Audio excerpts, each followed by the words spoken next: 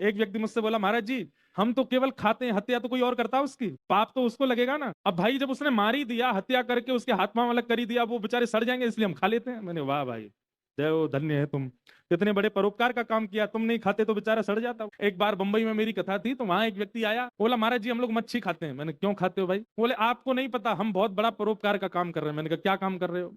बोले हमारा गांव है गंगा जी के किनारे। मैंने कहा अच्छा। मैंने कहा कहाँ है? बोले बिहार में है हमारा गांव, हमारे गांव से ही गंगा जी जाती हैं। मैंने कहा तो? बोले महाराज जी देखिए उत्तराखंड से गंगा जी निकली, उस गंगा जी में जितनी भी मछलियां हैं वो संपूर्ण उत्तराखंड उत्तर प्रदेश में जितनी भी गंदगी होती है उन सब गंदगियों को वो खाती हैं और उन मछलियों को निकाल करके हम खाते हैं। हम तो गंगा जी को पवित्र करने का काम कर रहे हैं, गंगा जी की सारी अपवित्रताएं दूर कर रहे हैं। मैंने कहा भाई चरण कहाँ है तुम्हारे, तुम नहीं खाओगे तो गंगा जी तो बेचारी बिल्कुल मटमैली हो जाएंगी, विष बन जाएगा गंगा जी में। मांस खाने वाला व्यक्ति किस हद तक पहुंच जाता है। कुछ दिन पहले मैंने एक वीडियो देखा, उसमें लोग बोल रहे थे, बोले शाकाहारी लोग कहते हैं, बोले जीव को मत खाओ, उसको काटने पर बहुत दर्द होता है उसको। हाँ जैसे कि तुम लोग पेड़ काटते हो, पेड़ को तो दर्द होता ही नहीं। अरे भाई पेड़, ये सारी वस्तुएं मानव को पाने के लिए ही बनाई गई हैं। गेहूं को अगर नहीं पाया जाएगा तो वह विषैला बन जाएगा। ये तो मानव जीवित करने के लिए, जीवन जीने के लिए शाकाहार बनाया गया, उनका तो निर्माण ही इसीलिए किया गया है कि हम मानव पा सके। जानवरों को इसलिए थोड़ी बनाया गया है कि सब पा सके उनको। भागवत जी में ऐसा वर्णन है, वो समय दूर नहीं, घनघोर कलिकाल में जब संसार में प्राणी नहीं बचेंगे, जब संसार में एक भी व्यक्ति जीवित नहीं बचेगा, जब केवल मानव बचे होंगे,